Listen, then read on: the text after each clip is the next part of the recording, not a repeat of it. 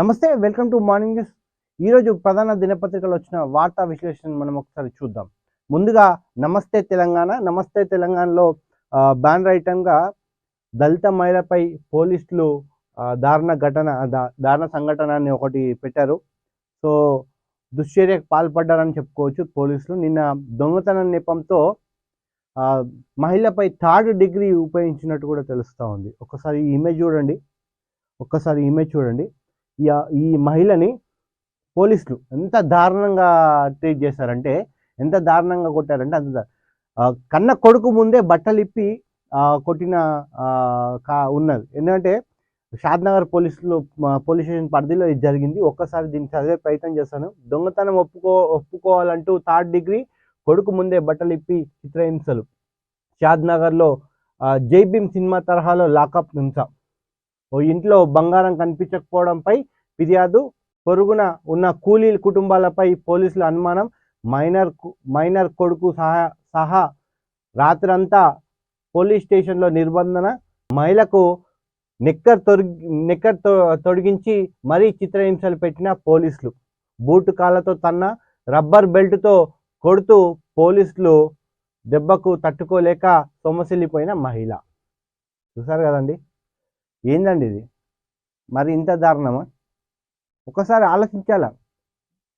ఇప్పుడు హోంమంత్రి మనకు లేరు కాబట్టి, అయ్యా రేవంత్ రెడ్డి గారు ఒక్కసారి ఈ దళిత మహిళపై చూడండి సార్.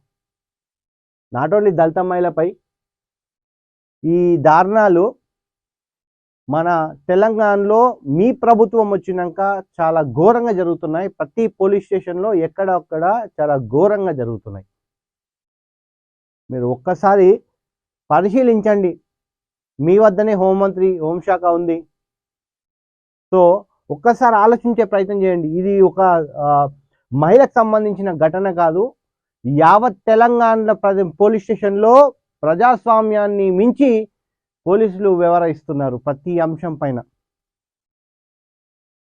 లంచాలు ఎక్కువైపోయినాయి. దాని తర్వాత ఈ చిత్రహింసలు ఎక్కువైపోయినాయి. క్రైమ్ ఎక్కువైపోయింది.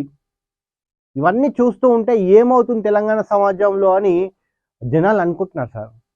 ఒక్కసారి మీరు ఆలోచించండి సార్, ఇదేందో. ఇది చూడండి రామిరెడ్డి అట ఎస్ఐ. ఏం సార్ ఇది? షాద్నగర్ ఘటన ఒక్కటే కాదు, షాద్నగర్ లాంటి వందల ఘటనలు జరుగుతున్నాయి రోజుకి ఎక్కడో అక్కడ. కానీ ప్రభుత్వానికి ఇంత కొంచెం చిత్తశుద్ధి ఉండి ఈ పోలీసులు వ్యవస్థపై కొంచెం నిఘా పెట్టాలని మేము మన తెలంగాణ టీవీ తరఫు నుంచి కోరుకుంటున్నాం సార్. ఇంకేం కోరుకోవట్లేదు, ఇదొక్కటే కోరుకుంటున్నాం.